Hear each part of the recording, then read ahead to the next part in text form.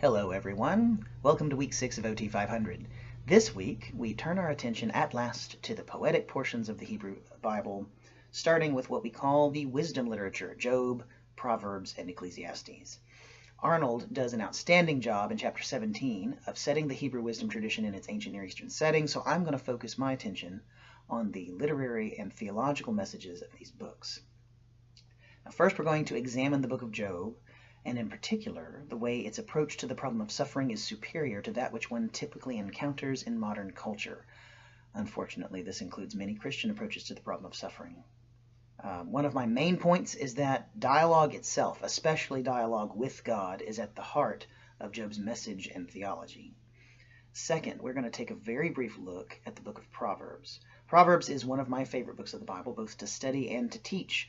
But because of the nature of the book of Proverbs, that is, it's a collection of many very short sayings, to go much deeper than a very brief introduction would require in-depth exegetical studies that just don't fit within the scope of this course. So, I have included a page giving some practical guidelines for how one may get the most out of the book of Proverbs. My hope is that these guidelines will also help you when you teach from the book of Proverbs. Third, I want to take another look at the issue of retribution theology as it pertains to Hebrew wisdom literature, the book of Proverbs, and the relationship between Proverbs and Job.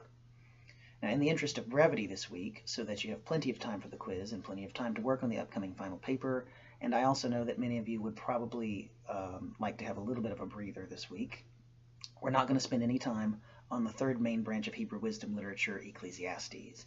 Let me just say that though the interpretation of Ecclesiastes is a difficult enterprise, I believe it to be not only valuable, but absolutely indispensable for the modern Western Church, that the Church's leaders wrestle with this difficult text in an attempt to teach its complex message. I will recommend to you Tremper Longman's 1994 commentary in the New International Commentary of the Old Testament series, as well as the more recent ongoing work on the subject of Ecclesiastes by Stuart Weeks. If you're willing to read academic monographs, check out Weeks' book Ecclesiastes and Skepticism, or look up his articles on JSTOR. I heard a paper presented by Weeks several years ago, and his insight into the text is profound, extremely helpful, and his language is accessible.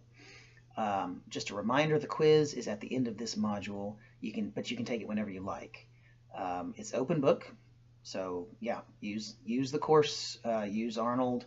It's not intended to be difficult. It's intended to be just kind of a reminder to make sure that you guys understand certain basic ideas of Old Testament history and geography. It is due Saturday night, February 16th, this next Saturday night by midnight. All right, good luck everybody.